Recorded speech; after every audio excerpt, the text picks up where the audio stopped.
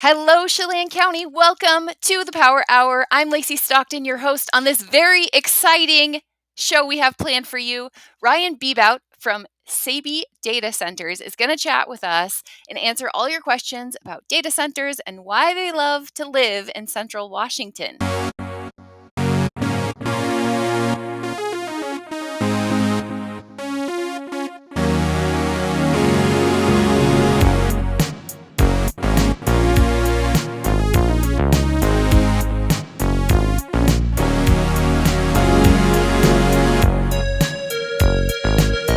Hi, Ryan. Hi, Lacey. Hey. So I'm just going to put a plug. If anyone has questions for you, Ryan, they can just drop them in the chat and we can see them and I will read them. But for your show, we actually had a few questions come in beforehand. So hopefully you're ready. I'm ready. Yeah. And can I'm you ready. first just kind of tell me a little bit, what does a director of operations at a data center do? I need to give a warning first. I'm, Okay. by the way, I love that animation of me reading to my kids. That was so cool. That's right up my alley. Um, I am recovering from a cold, so I've got some stuff going on, and I'll try to keep it in as best I can. One of the weird things about the pandemic was I don't think I was sick at all in 2020 or 2021. This year, it seems like I've been sick every month. I think Yeah. those bugs are making up for lost time or something. But Yeah, they're making a comeback. You have a yeah, nice jazz voice, so cool, good, don't worry good. about it. Okay, I was worried that I would sound hoarse.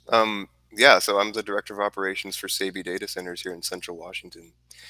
I am responsible for making sure we maintain uptime. That's data center lingo for making sure the data center stays online, that we don't drop servers or that the service doesn't go down, right? um, and I'm involved in the community and relations with the PUD and other utilities. I do a little bit of work on expanding our campuses here, and but the biggest part of my job right now is to make sure that these data centers are operated and that they stay up always. Yeah, what happens if they don't stay up? What does that mean? Yeah. Well, you've heard of the term data center outage. Data centers don't make a lot of news. When they do make news, it tends to be bad news, and it tends to be uh, news of a data center outage that affects a company or affects the internet or something bad, right? So, Okay, so a data center. Let's go into our first question because I think this is pretty foundational. Can mhm, you define exactly what a data center is? So you're talking about how if a data sure. center goes down, it can impact company operations, the internet, maybe network Yeah. communications. Why have data centers? Yes, that's a great question. Data centers are part of the backbone of the internet. They're one component to the physical infrastructure of the internet. I don't know, I think some people think of the internet like a cloud. I mean, that term cloud has been spread throughout the lexicon, and I think people think of the internet as yeah, the internet is simultaneously living or being everywhere and also nowhere at all. And the internet is does have a physical presence. It lives in data centers. It Data lives in centers that are boxes all and over the world. boxes. Yeah, their data centers are all over the world, and they're tied together with a extensive network, mostly of fiber optic cable that crosses the country. It runs under the oceans and underwater cables. It ties all the continents together. It ties all the data centers together. And so, I guess the main components, the physical components of the internet, are data centers, the fiber networks, and internet exchange points. And and internet exchange points are just where networks converge to exchange information. But the data center is where all the data is stored and processed. So it's like a data warehouse. And So for folks that, we don't really think about data centers very often, when would we be using data in a data center on a day-to-day basis? Well, Lacey, we're using data center right now to have this conversation. Through the magic of the internet. This conversation is possible because of data centers. This service that you're using to stream this conversation is hosted in a data center. Folks watching on Facebook, that's hosted in a data center. Watching on YouTube, that's hosted in a data center. Same with LinkedIn. Um, so we are literally using a data center right now. Everyone uses. I mean, I think everybody in our modern society uses data centers all the time, every day, if they're online at all. Or streaming Yeah, videos, things yeah, like that. yeah. So everything that you think when you think of the internet, right? All of that's happening in a data center. Whether you're watching YouTube videos or on other social media platforms, TikTok, Facebook, whatever, all that is being hosted in data centers and being served to you from data centers. When you send an email, your email's going through data centers. It's getting stored in a data center, right? These virtual meetings, all the Zoom calls that we have nowadays, pre or post pandemic, all the stuff you do if you work remotely, um, all of that stuff is all those applications. They're all hosted in data centers. And what So if that's I make a call? Do cell phones use data centers in their operations or any of the they do. communication stuff? They do. I mean, yeah, of course, the telecom companies have massive data centers. Um, so yeah, when you use the phone, you're using a data center as well. That's a separate service, separate network than the one that ties the data centers together, but still all the same. So, and then so that's the kind of the um, internet's part of it, but that the part that people are familiar with. But then there's all the other stuff that businesses and governments and nonprofits do, kind of in the background that you might not be aware of, right? All the research that happens in data centers. There's medical research going on. There's research into climate change going on in data centers. There's developing AI. Developing like self-driving Okay, cars and all. my mind is I mean, exploding right now. all Okay, that so stuff. Yeah. data centers do everything. If you go and visit, even if you live Yes. off grid and you go and visit a doctor Yes. or you go to a Yeah. grocery store, your doctor Yeah. and that grocery Your store are relying on data centers. your medical records are stored in a data center. Yes. The hospitals use data centers extensively. Yeah, grocery stores. If you I mean, if you like order your food online like ahead of time, right, to go pick it up, yeah, data center. Okay. All right. So data centers are a useful part of everyday life. We have a couple of questions coming to the chat. They're going to be a little Yeah. bit popcorn. One of them is coming from Sue. She is curious how Chelan and Douglas rates compare for data centers. You Ye- don't actually have any All data right, we're centers just in diving right Chelan into the County. deep end now. Yeah, just splash. This is All how it right. All goes. right. I'm It's live sweating, chat. Lacey. Um, I'm sweating over here. No, Sabey does not currently have any data centers in Chelan County. I have perused the Chelan County rate structures, and I've met with folks at Chelan County PUD, but I don't have any firsthand experience with rates in Chelan County for data centers. There aren't. There's only one data center in Chelan County that I'm aware of. Um, but I think they're comparable. I think I would, as far as what I know, I think the rates for Chelan and Douglas are very comparable. Okay. Um, Okay. And when so this kind of ties into a question that we received beforehand, um, which is related to like why data centers even pick our region in general. Whether it's I know you have data centers in Grant and Douglas, none in Chelan. You're actually here as an energy efficiency expert because the Power Hour we love our energy efficiency. So thank you for that. mhm. But folks are wondering why pick Central Washington. Is it just because electric rates are cheap, or is Yeah. there something more?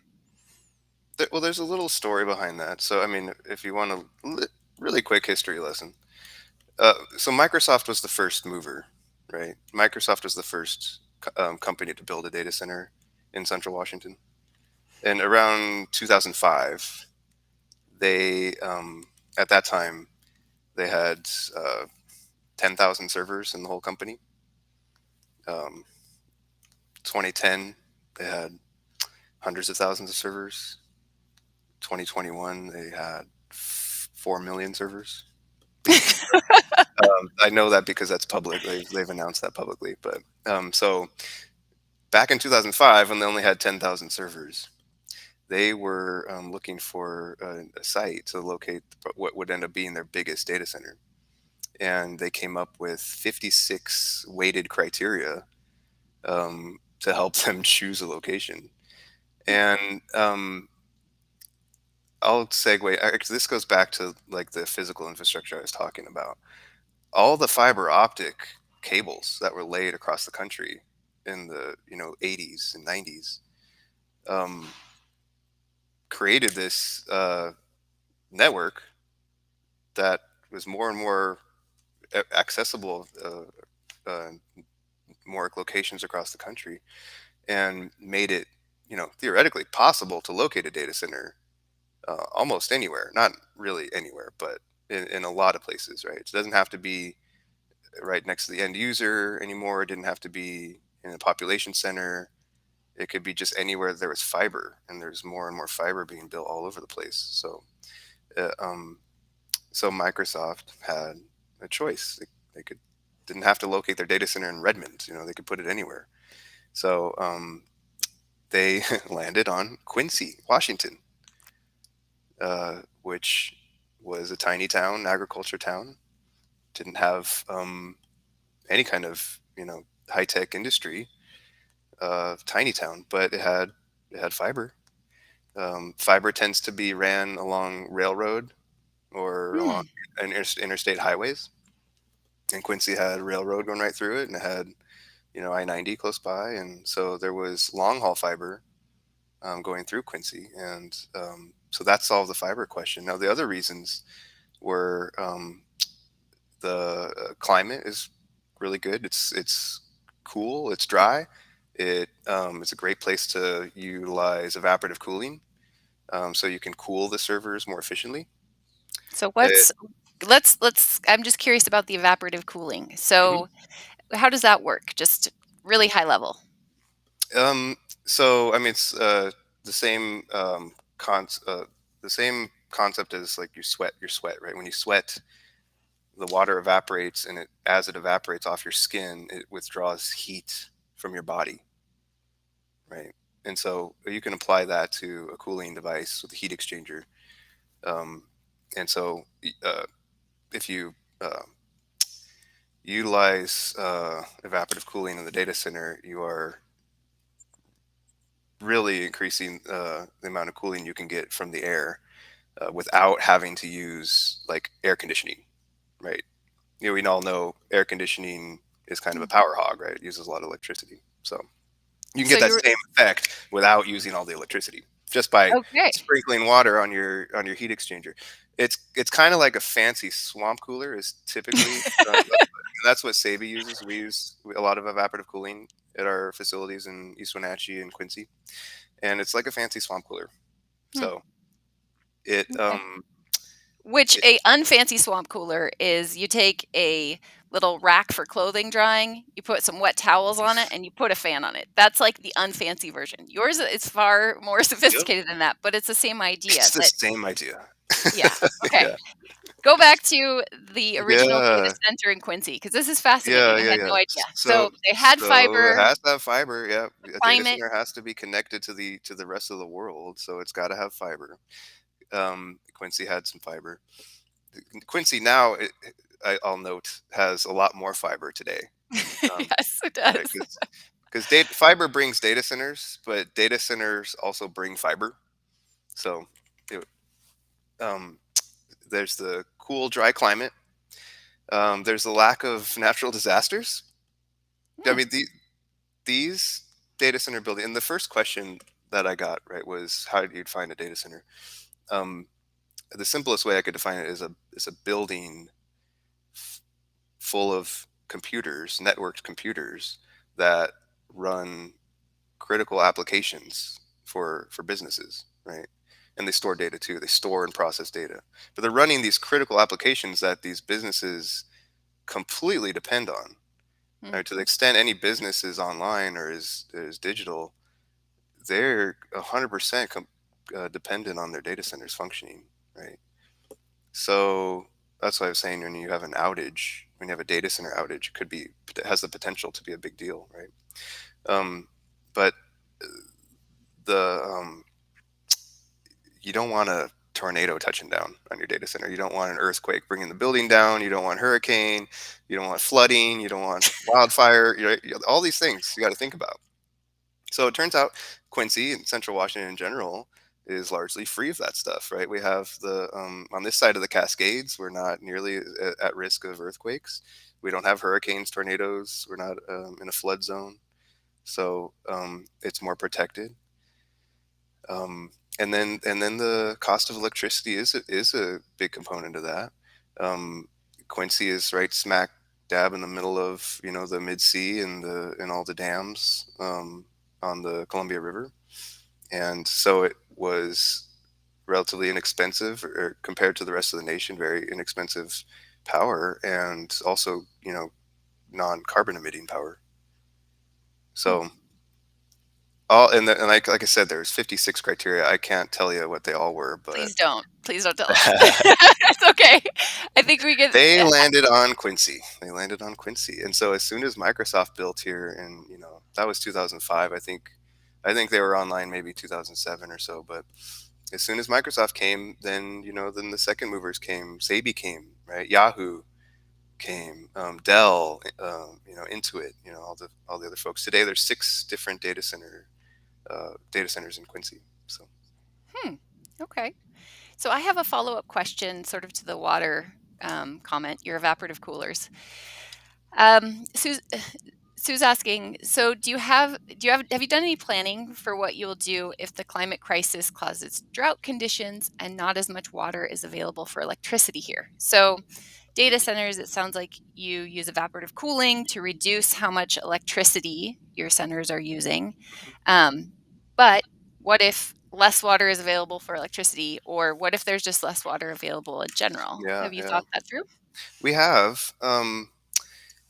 We are fortunate to live in Central Washington where drought isn't as big of a risk as it is in the South, right? In California and Arizona, other places down there.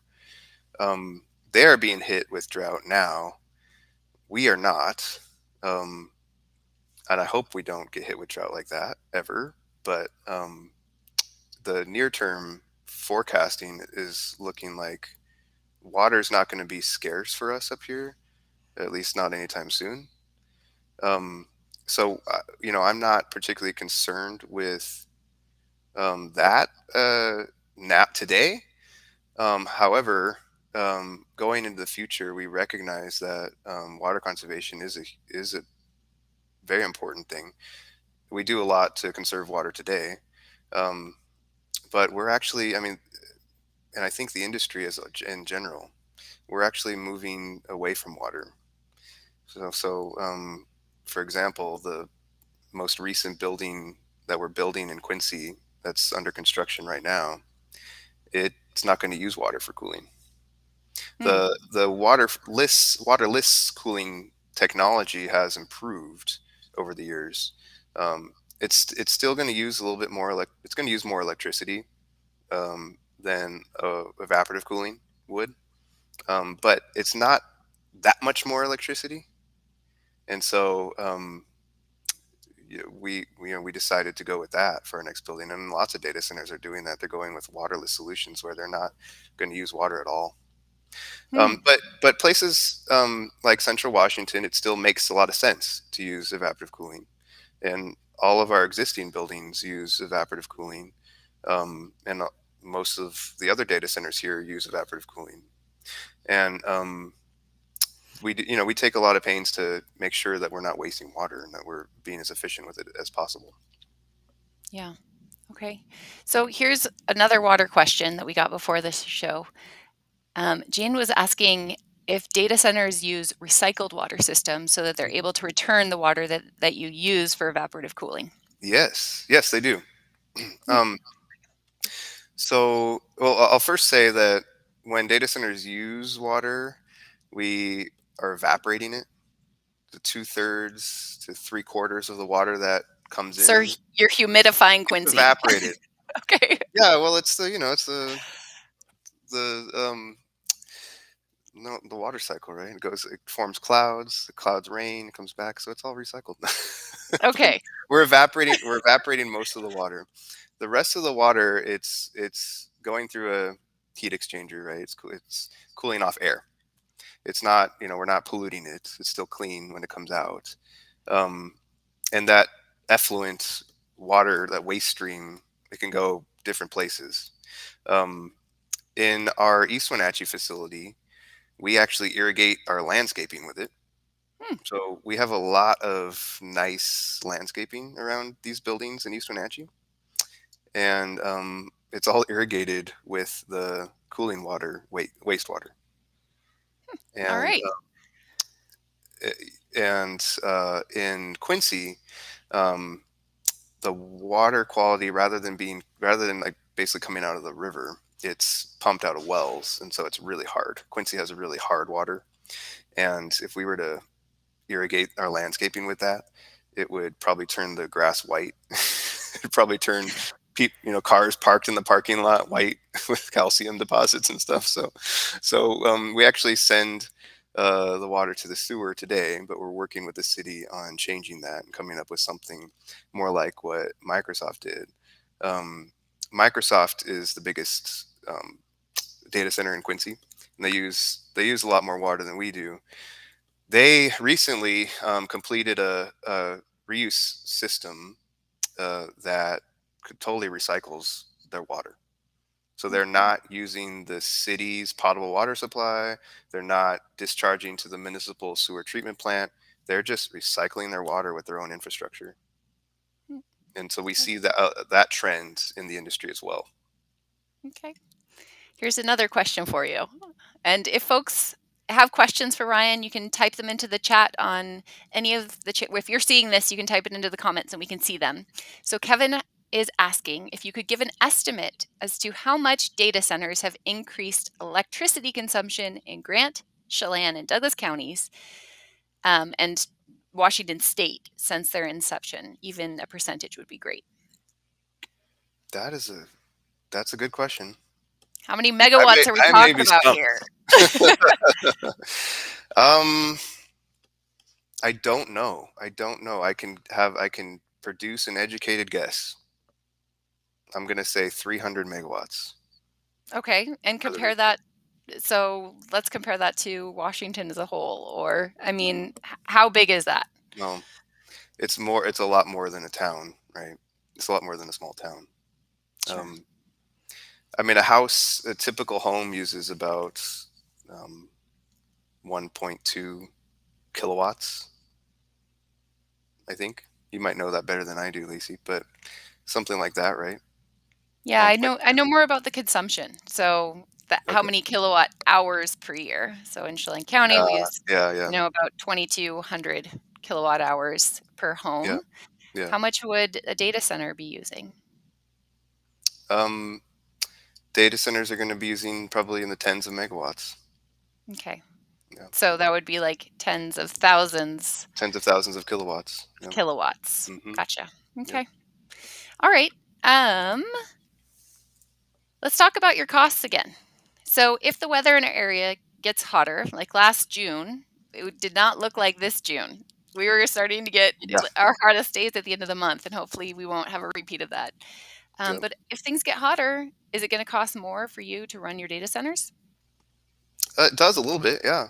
Yeah. Um, so, like water, electricity efficiency is incredibly important to us too. I mean, all data centers are incentivized to run as efficiently as possible um, because electricity costs money. Um, so, we design really efficient cooling systems and support electrical systems that support the data center to use them least amount of electricity possible, right? Um, so there's an industry metric called PUE, power utilization effectiveness, and this is a commonly used metric throughout the data center industry. Um, but it's a measurement of how much of the total energy consumption of the data center is being used to cool the data center. And so for this question, if the weather gets hotter, then we have to expend more energy to keep the data center cool, right? Um, and so our PUE today for Sabey is about 1.15 on average. So that means that for every 100 This is a kilowatt, very good number for those who are yes, not familiar with the PUEs. yes. So The closer to 1, the better. that's right. That's right. One would be perfect. One would be perfect. We're 1.15. That means for every 100 kilowatts that a server is using, we're using 15 kilowatts to cool it. So just to put that in perspective, 10, 15 years ago, average PUEs were 2 or greater, maybe even as bad as 3. So for as much power that the server was consuming, you were using at least that much to keep it cool. So we've gotten it down to, just 13% of the all Mhm, total power consumption at our facility is used for cooling. mm, So the big I think the big step change that made that possible was the use of containment in the data center to keep the cold air separate from the hot air. And Sabey was an early adopter of that, and we adopted that in the early 2000s, back when everyone data centers were using raised floors, and you were pumping cold air under the raised floor, and wherever in the server racks were just sitting there in the room with no containment around them, and the cold air was just mixing with the hot air. chaos. Yeah, Chaos ensued. absolutely us. Instead, Absolutely us. it's sort of like a car now where fresh air is coming into the front and hot exhaust is going out the back. Yep, Right? yep, yep. Makes sense. So it turns out when you keep that cold air separate from the hot air, and you expended energy to make that air cold. That cold air better be doing work for you. Otherwise, that cold air could bypass and go back to the cool and not do anything, right? So Mhm, keeping this cold air and the hot air separate was critical. And that's industry standard now. It wasn't, 10, 15 years ago. It is now. And then other things like evaporative cooling that I talked about, that really brought the PUEs down. Because before it was just old school air conditioners, which are mm, not very efficient, right? mhm, That type of technology has gotten a lot more efficient, and also introducing evaporative cooling has made a big impact. Now we're not able to make big improvements now. I mean, 1.15 is as good as it gets for what we do, which is co-location, where we're a data center provider, and we build and operate data centers, and we lease that space out to customers, right? And so we might have a data center that has multiple customers in it, um, and we need to deliver, certain degree or certain temperature air to the customer servers. And so, uh, we're a little bit more constrained in how hot we can go in the data hall, whereas a company like Microsoft, Google, Facebook, Amazon, Apple, right, the big tech companies that run their own data centers for their own purposes, they might be able to go a little bit hotter because they've determined that their servers can handle the heat. They can take the heat. So they might go a little bit hotter in the data hall, and they'll save energy that way. Um, mhm, but for what we do for co-location, 1.15 is as good as it gets. Um, the next big change, the next step change that's going to make a big improvement is going to be introducing liquid cooling to the data center. Because today we use air. Air is what goes through the server and removes the heat from the server. And water and other liquids are much more efficient at capturing and transferring heat than air is. So You're not gonna immerse the whole thing in liquid, are you? It yeah, seems we like are. a bad idea for electronics. I don't know. I'm no expert, but um, 3M and other companies have really incredible fluids that are non-conductive. So you could literally Hmm, drop a server in this bathtub, and it doesn't hurt the server. Yeah, okay. that's one of the methods of liquid cooling is immersion cooling, where you totally submerge the servers. It's non-conductive, and I think it doesn't like stick, right? So obviously, Hmm, so you can pull a server out and work on it and drop it back in. Um, the other method, it's not immersion cooling, but it's like water pipes piped right to the chips. So the whole server, the whole computer isn't submerged in the liquid. The liquid is just piped specifically to the chips that get really hot. hmm, And you see that in the retail market, like where if you for people who like play computer games, if they build a gaming PC, their CPU is probably going to have a liquid cooler on it. huh. Um, And the lots of uti- cool lights. That's really critical to the the tower. more You have to LED have lots lights, of the yeah. more LED lights, the faster it is. Yeah. The utility of the liquid cooler on a home PC is debatable, but the utility of liquid cooling at the data center scale, it would be a huge step in the right direction. So Hmm, like I said, we lease the data center space to customers. It's not our servers; it's our customers' servers that are running in there. So we don't have control over that. We promote it as much as we can, and we're starting to see interest from customers that want to go that route, liquid cooling. So that's getting there, and you hmm. see that, and you see Microsoft and the other big tech companies doing cool stuff with that. Um, I just saw that like the newest, the fastest supercomputer in the world at I think Oak Ridge Labs. I saw a picture of it, and I saw a bunch of red and blue tubes on all the racks of this supercomputer, and that's liquid cooling.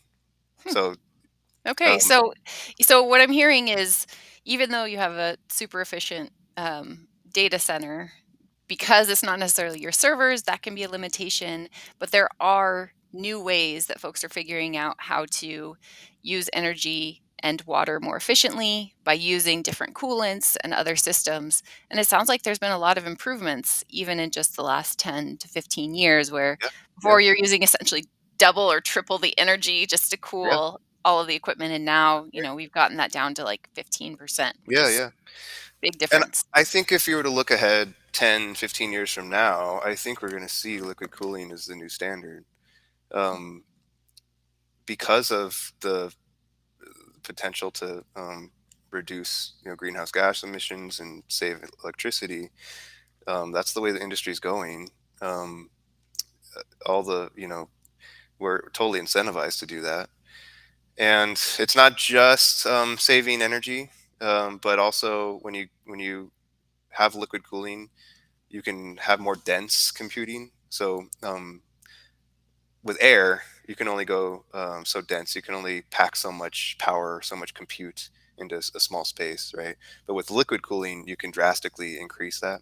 Hmm, So that's why the top supercomputer in the world is liquid cooled, because a supercomputer, when at that scale, even the latency of servers communicating across a room hmm. is non-negligible.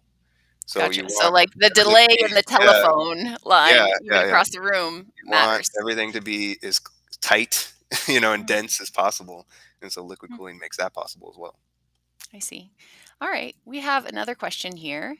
This one's from Kevin. When will you have enough?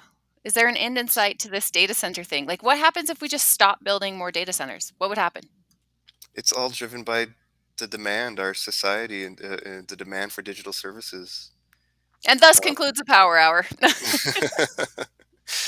and the pandemic kind of provided a boost to that demand, so people working from home and watching more Netflix and all the other stuff we did more of online, and it hasn't slowed down. The demand is really only accelerating.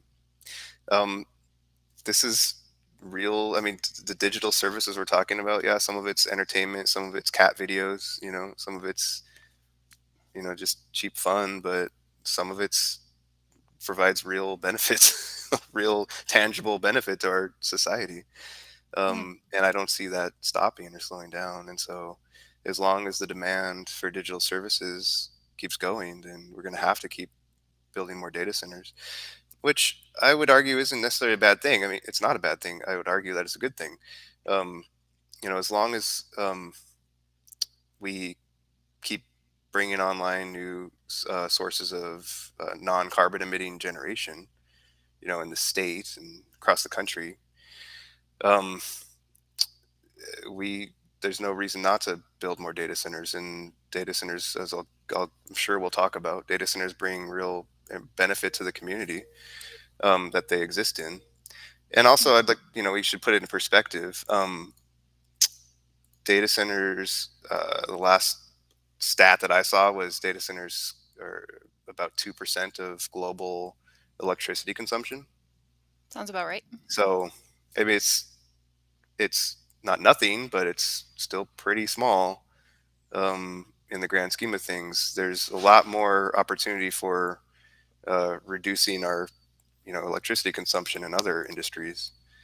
So Hmm. I don't think they're going to stop, and I would argue that that is a good thing. Okay. In a related one, Fiona's asking, oh, sorry, hold on.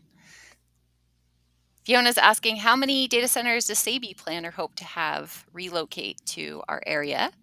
And how many are really sustainable, probably in our general region without causing environmental damage?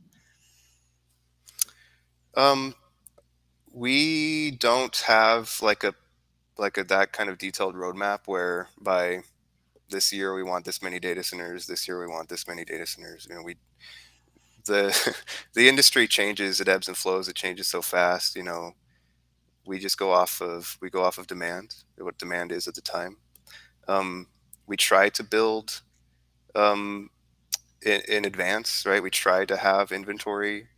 We try to have like 10% more than we need at all times, but really you end up having 10% less than you need at any given time, just because that's how it is. But um, I can't really answer the question, how many do we plan or hope to have? Um, Quincy and East Wenatchee have been very successful markets, data center markets. There's a reason why Microsoft chose Quincy and why so many data centers are there now. And East Wenatchee, data centers exist for the same reason. Um, it's just a good place, good and efficient place to locate a data center.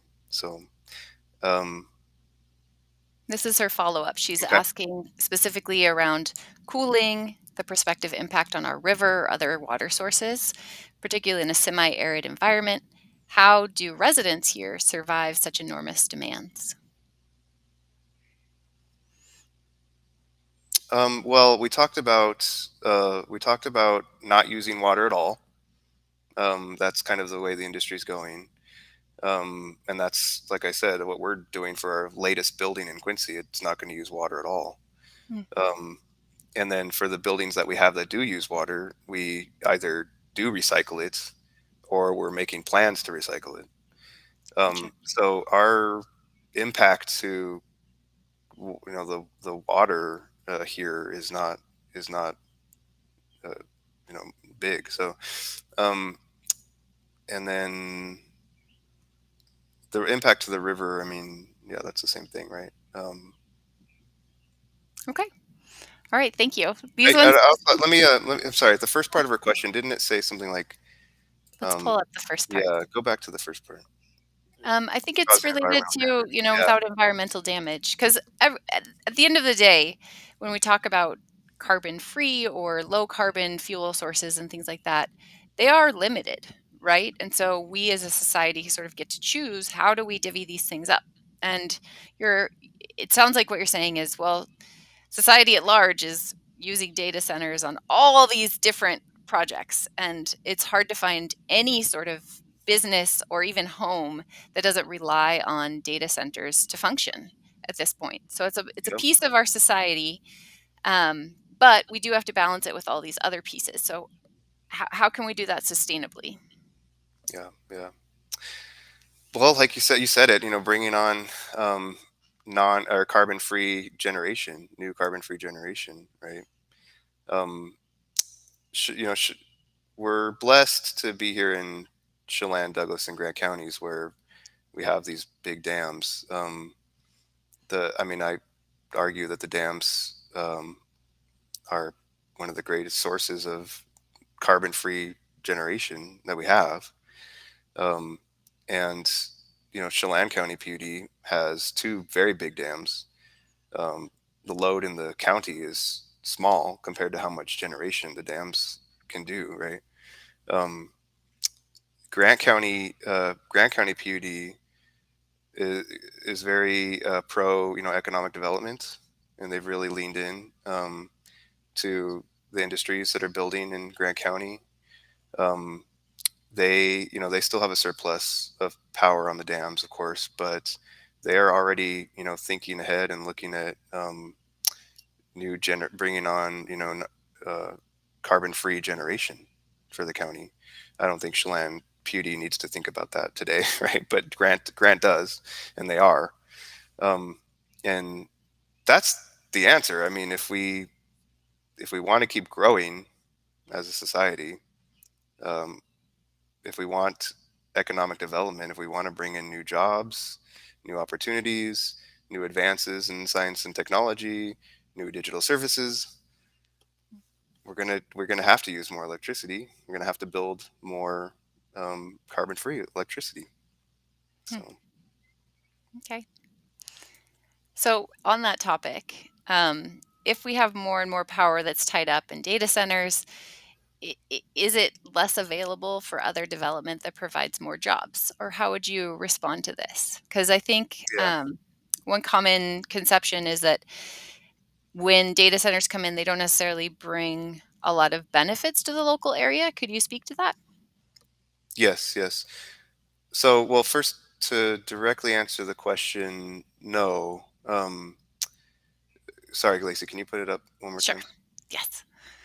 Um, it's not necessarily a zero-sum game. Like Mm. in some of these counties, they're we're also fortunate to have the mid-sea market right here. We have the electricity trading hub right here. We have the Bonneville Power Administration that's brought in tons of transmission into the region, and then the PUDs themselves have all these transmission. They're so interconnected, where we have the big DC intertie down to California, across the country. I mean, everything's just so interconnected with power and with fiber too. But the, so there's tons of power available here. I mean, we the some of the counties have decided that any new industry that comes in is going to be going to the market for the power, right? Now Yeah, connect. and I'll And just you, interrupt here because yeah, I'm not sure if everyone knows. So, at least for Chelan County, it's different for other PUDs, but for Chelan County PUD, we sell about 80% of our power to, big power purchase agreements and to the wholesale market. The wholesale market being, like you mentioned, that whole Western grid, which fluctuates over time based upon needs in other areas. So, 20% is about how much of the electricity that Chelan County generates that we keep and use locally.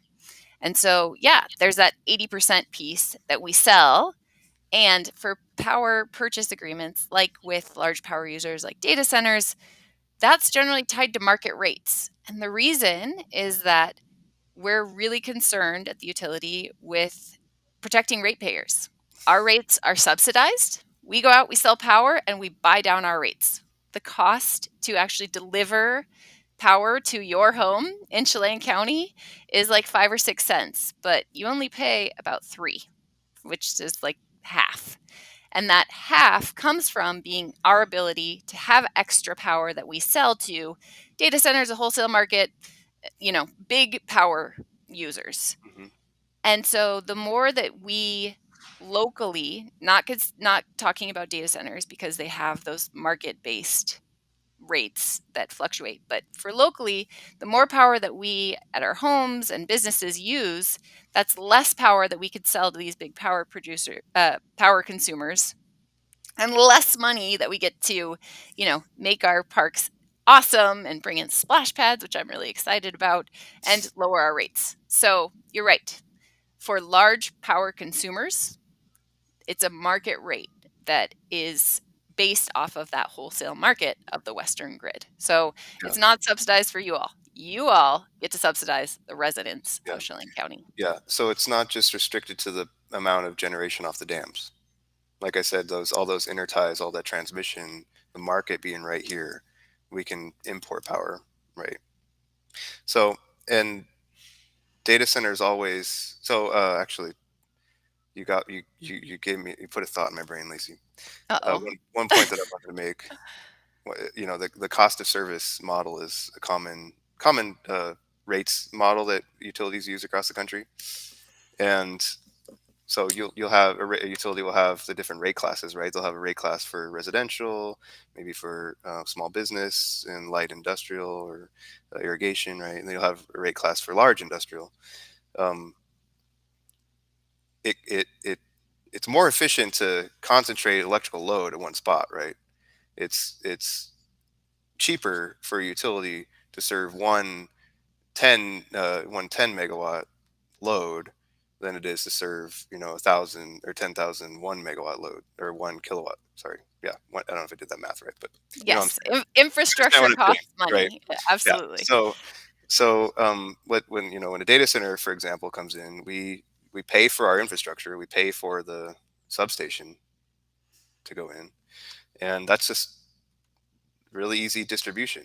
It's all going to one place right there off the substation. Whereas with a bunch of homes, that's a bunch of small distribution feeders and a network of substations and distribution lines and stuff. So it's more expensive to serve it that way. So data centers always pay more than the cost to serve the data center. We always pay more than what it costs to serve us, right? It's a So business. yeah, yeah. Yeah. Yeah. Well, yeah, we are,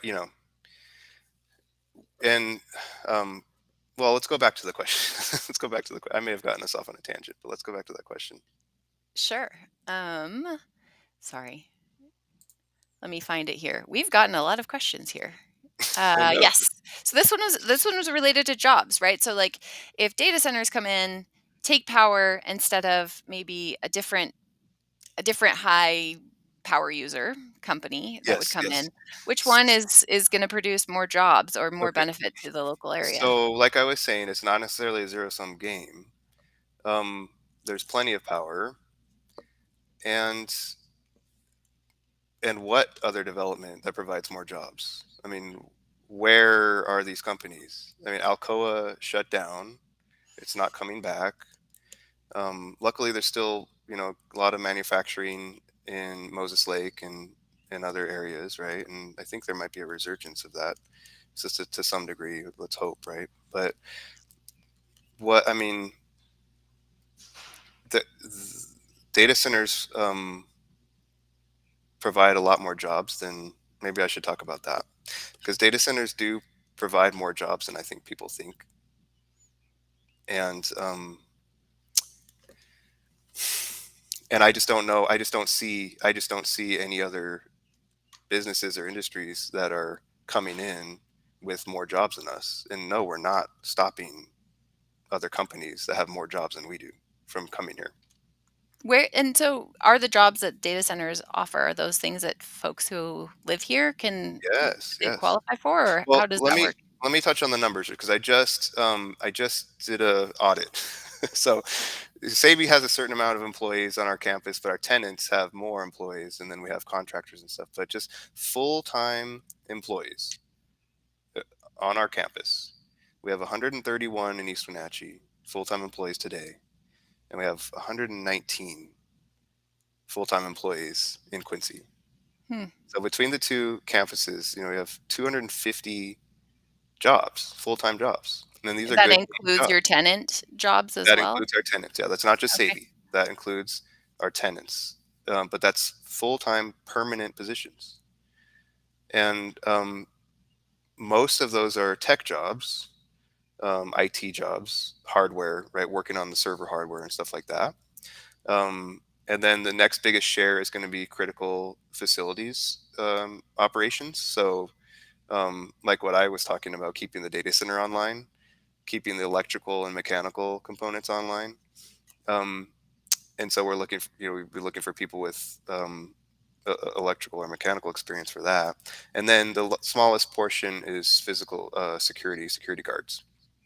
So um, just Sabey alone employs, they're not, sorry, I shouldn't say Sabey employees, but there are about 250 jobs, full permanent jobs at our campuses today. And as we grow, that number is going to go up too. Not to mention, we're always under construction. There's always data centers under construction, between these counties and Quincy especially. There's always data center construction going on, and there's always construction workers that are being employed here. I mean, it takes a Hmm. lot of construction workers to build a data center, and data center construction goes on for 12 to 18 months. So there's always lots of construction jobs on top of that. And then there's the contractor side. So the folks who are not full working in data centers here full time, but who are coming to the data center to work as contractors, either for us or for our tenants. There's a lot of those too, Hmm. right? And all these people are local. They'll live here. They're all buy houses here, and their kids go to school here, and uh, you know shop locally and contribute to the local economy. Now I can't speak for all the data centers, but for Sabey, we almost exclusively hire local talent, and we invest in the pipeline here. And I can say I know firsthand that Microsoft invests heavily in the talent here, and a lot of the other data centers do too. Hmm. So we work with Big Bend Community College in Moses Lake. We work with Perry Tech. We work with Wenatchee Valley College, and I personally have hired a lot of student graduates from those programs. Whether it's the critical environments program at Big Bend, or the data center technician program, or an electrical program or a mechanical program. Um, we've been fortunate to we don't have an issue finding talent, local talent. So just about everyone that works for Sabey at least was from here. Um, and I can speak to our tenants to some degree. Our tenants also do the same thing largely. They sometimes do have to bring in people from outside, but those people soon find that they love living here. They don't want to leave, and this is now home. But by and large, our tenants also find local talent too. Hmm. So, Okay. Changing gears here, I have a different question for you. I'm not sure if you know that about this one, but Kevin's asking, is it accurate that Microsoft is supplementing locally produced power from outside sources? So you mentioned how there's this mhm. entire Western grid of infrastructure, and the mid-sea of these utilities is a big hub for transmitting different energy sources. So Yep. where are data centers actually getting the power? It doesn't necessarily have to be local. Is that right? Yeah, it's not always local. Hmm. Um, this is public knowledge, so I can speak to this. But the Microsoft campus that is currently under construction in East Wenatchee, that is not going to be fed from the dam. That's going to be power purchased off the market. From just various sources, or do they have Mhm. like a Yep. specific? No, we're essentially importing power into the county for that Microsoft data center. Okay. Okay. So, because it's all interconnected, just like the fiber network, the power sources can come from other places too. It's kind of this Mhm. big puzzle that you're piecing together, where you Yeah. decide where you want to have it. So the land Mhm. specifically, making sure that the infrastructure is in for fiber, making sure the infrastructure is in potentially for water, or you could go waterless, as you're saying, and then also having that Yeah. power coming And in if and I who's producing it. Sure. Yep. And if I can add, under that structure where, for example, the data center goes in East Wenatchee, and we are importing that power from outside sources. The PUD, the local PUD, picks it up at the exchange point or at the market point and delivers it to the data center on their transmission lines. And they're charging a rate for that. And they're charging a return, some amount of return on investment for that. So they are, also benefiting from that data center being there and using those services. Yeah. It's a little toll tax for using the infrastructure. Yeah. Yeah. All right. Okay, Ryan, I have one other question. Let me just check here, make sure that I have two more questions, if you'll humor me. And then if Okay. anyone, this is the last call for folks. If you have questions for Ryan, type them into the chat and make sure that he can answer them. So we talked about how you've improved energy efficiency, right? You went down from like double the energy required to like 15% of the energy required to cool. Yeah. What do you do with the savings? Do you just add more servers or do you use less power? Well, we we don't install more servers because we saved we have energy savings. We install more servers because there's more demand for that, right? But we do use less power. Yes. I Okay, mean, so you just straight if use less power. yeah, I mean, each data center, if it's more efficient, it's going to use less power. Yes. Okay. Okay. So, I mean, it's a fair question, right? Like sometimes if you insulate your home and now you change your set point up to Yeah. higher in the Yes. winter and Yes. you're living in a balmy It's 72 degrees. yeah, yeah. No, I mean, that's not what you're it's doing. totally separate. Yeah, it's totally separate. The Okay. growth of the data centers is driven by demand. Um, but at the same time, as they get more efficient, I guess per computation, right, or per terabyte of storage, it's using less energy. You Okay. know. Yeah. All right. We have another one. I'm not sure if you can answer this one. It's a deep one. Fiona is saying we're at the point of imminent climate and environmental collapse because of the model of infinite growth of human population and activity. Why do you think that even clean energy will be able to sustain that model? Just a light question for today. That is a nice, heavy question. Um, well, I'm not a climate scientist. I I am concerned about um, climate change. Um, I believe that it is possible for us to get through the worst, or avoid, I'll say, the worst impacts of climate change without going backwards. I I would argue that it would be harmful to go backwards, to not only stop our expansion or our economic development, but to revert and shut down economic development. That would be harmful too. So I think you know that question is probably above my pay grade. But um, I mean, personally, I don't want to do either. I mean, I want to avoid the impacts from climate change, and I also don't want to um, you know go backwards as a society. We want to keep advancing. We want to keep having opportunity. We want to keep bringing new jobs to the community. We want to keep doing all the research that's done in the data centers. Let me share one last thing with you that I just found that I thought was Sure. interesting.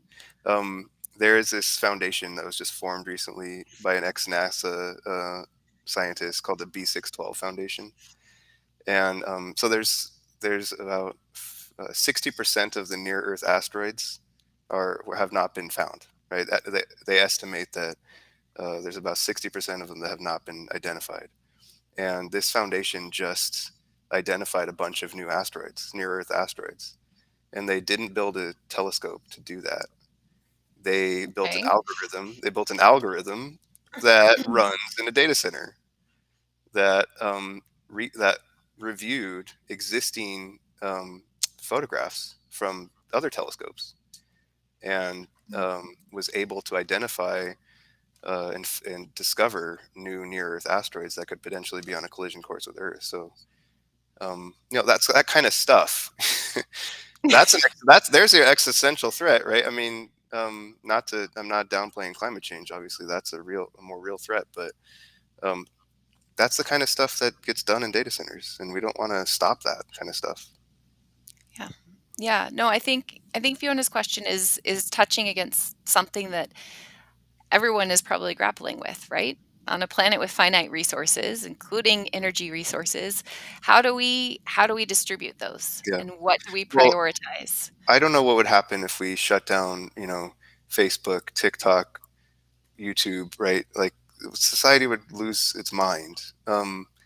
Like I said, to put it in perspective, data centers use roughly 2% of all electricity globally.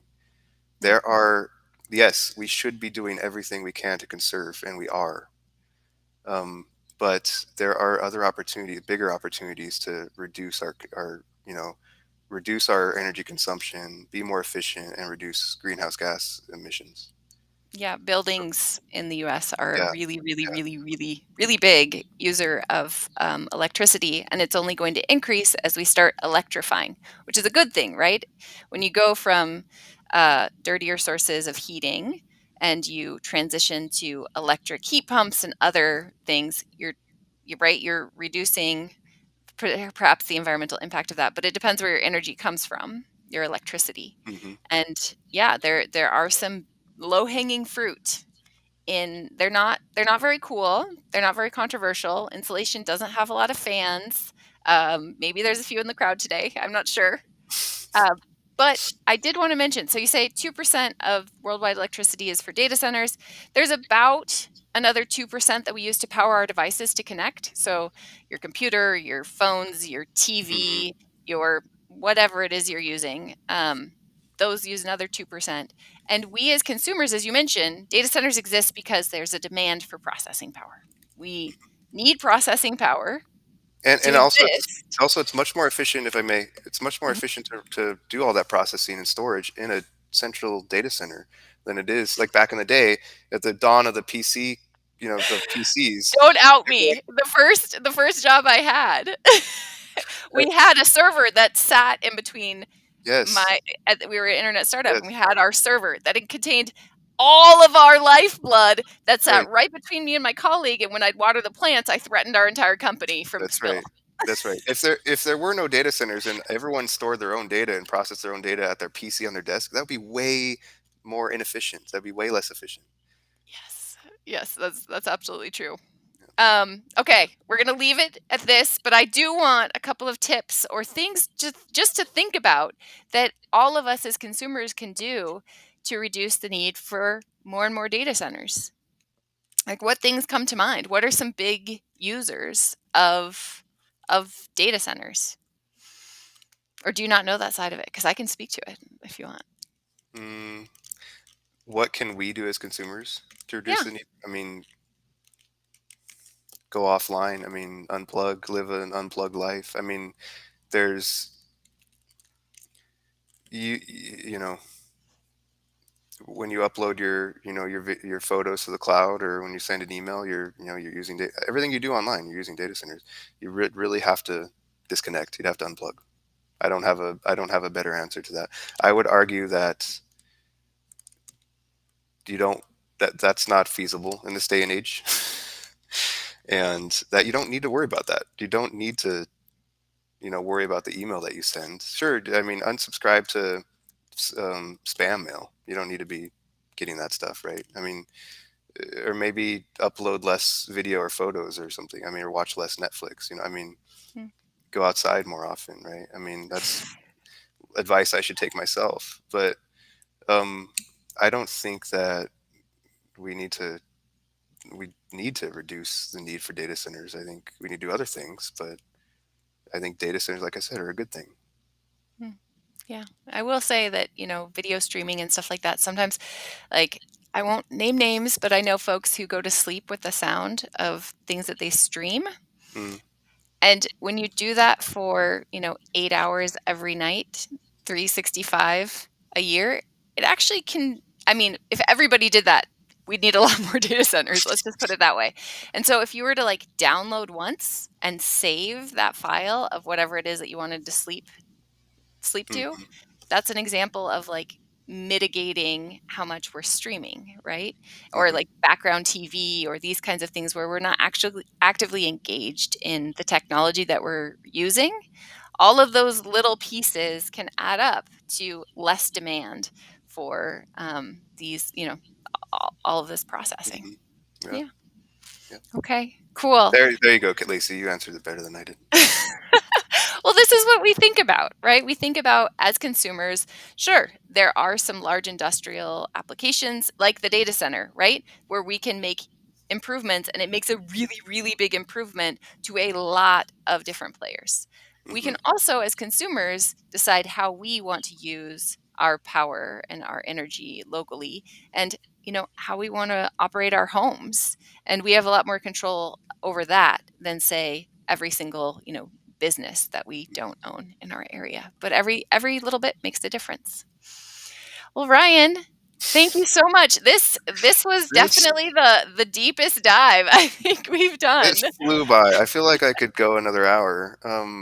I want to thank you for having me on. This has been really great. It's been a lot of fun, even though I don't feel very good. This has Oh, been this has been a very fun conversation, and I really thank everyone who submitted questions too. yeah, I had no idea the data centers are going to be probably our most engagement that we've ever gotten. Folks are really, really engaged with this topic right now, and what it means for our region and also just our wider infrastructure. So Yeah, thank you for answering their questions. my pleasure. All right. Have a great afternoon. And for everyone else, Ryan, maybe you'll join us next time. But next time, we're going to be talking about electric vehicles. So, total 180 from data centers. But we have Randy and Ann Brooks, who are some electric vehicle aficionados, coming in to answer all of your questions, including about range anxiety. So, we'll see you then. Bye. Bye.